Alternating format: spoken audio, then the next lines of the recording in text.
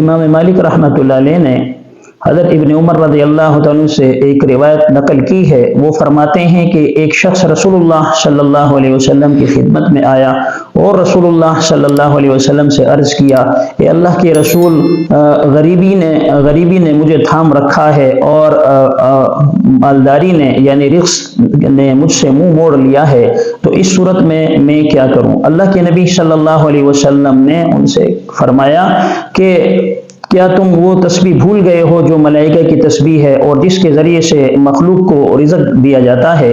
آپ صلی اللہ علیہ وسلم نے اس سے فرمایا کہ صبح کے وقت اور شام کے وقت یہ کلمات پڑھ لیا کرو، سبحان اللہ و بحمدہ، سبحان اللہ العظیم، استغفر اللہ. آپ صلی اللہ علیہ وسلم نے فرمایا کہ ان کلمات کو 100 دفعہ پڑھ لیا کرو.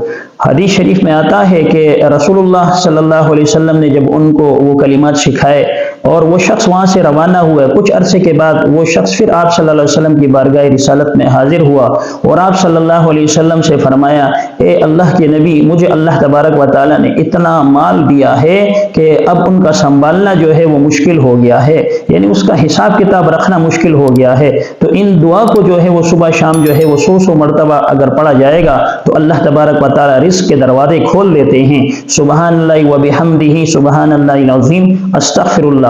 تو 100 مرتبہ اس کو صبح پڑھیں، 100 مرتبہ شام کو پڑھیں. مولانا الیاس رحمۃ اللہ علیہ کے بارے میں آتا ہے کہ وہ اپنی مقتدیوں کو اور اسی طرح اپنے متبعین کو فرمایا کرتے تھے کہ فجر کی سنتوں کے بعد اس کو 100 دفعہ پڑھ لیا کریں، اللہ تبارک و تعالیٰ آپ کو مال و دولت سے نوازیں گے.